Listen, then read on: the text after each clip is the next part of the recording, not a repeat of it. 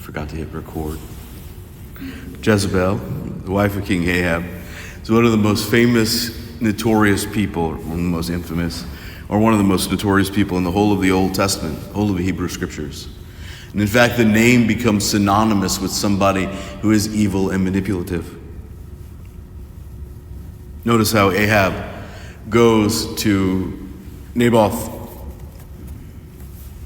on sincere, at least presumably, and innocent grounds.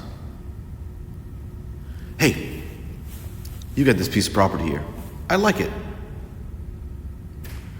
And Naboth, cool, it's not for sale.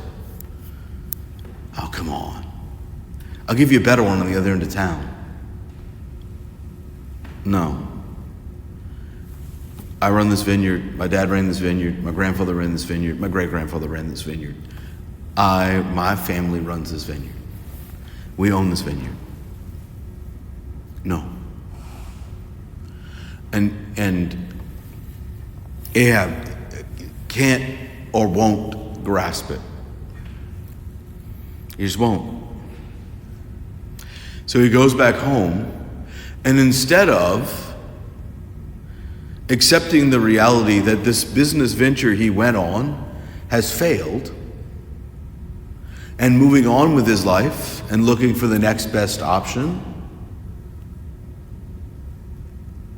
he sulks and becomes an impetuous and petulant child. I'm not going to eat. Can you imagine? The leader of this entire nation. I didn't like the way he treated me. I'm going to just sulk and refuse to lead, to govern, even to just live my life. And so steps in Jezebel. Oh, come on. You can make this happen. Your morals get in the way.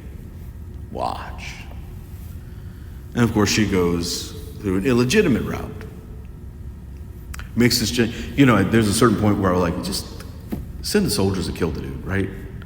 It creates this whole elaborate farce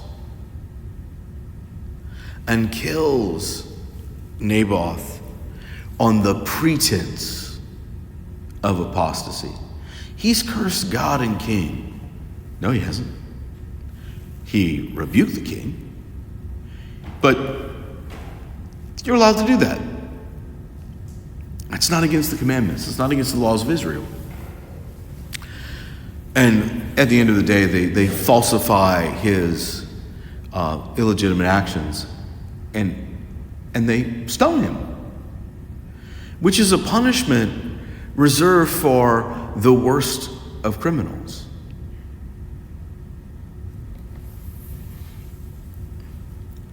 And then she returns. It doesn't mention any of this. Naboth is dead. Go get his. Go claim his vineyard. Everything's good. And Ahab, again, the sort of spineless, pathetic leader that he is, asks no questions. How is it suddenly that this enemy of mine has come to find death? Did you have a hand in that? Should have been his first question, but it wasn't. He put on he changed his clothes. He puts on his royal cloak. He gets his bodyguards. Let's go get the vineyard. That's where the story ends. It's not the end of the story, but that's where the story ends for today. But notice how easily the legitimate, I'm taking a legitimate risk, and I don't get the reward I hope for, becomes sorrow. Not because some harm was done to you, but because I didn't get the good that I wanted. Becomes, I'm going to break the rules. I'm going to cheat. I'm going to lie. I'm going to steal. I'm going to ignore the commandments of God for my own gain. Because what I wanted to have happen didn't happen. Notice how subtly it, and y'all, it may not be that degree for us. It may not be to that degree for us. But little things, absolutely. I'm a little late. I didn't leave when I was supposed to. I got sidetracked. Now I'm halfway there. Well, speed limits are advisory. Let's go. And then all of a sudden, bad decisions, or not even bad decisions, like they're morally wrong, but just like strategically stupid, we start to make excuses for them. And that piles up. And then at some point it will become an actual awful choice. And you won't be able to do anything different because you've worked yourself into that corner. Be cautious when you start to get disappointed. Imagine everybody buys a lottery ticket expecting to win. Imagine if all of us got disappointed every time we lose. Well, the reason the person gets disappointed when they don't win the gamble is because they expected that they should win. No. In fact, realistically, you buy a lottery ticket, you should expect to lose.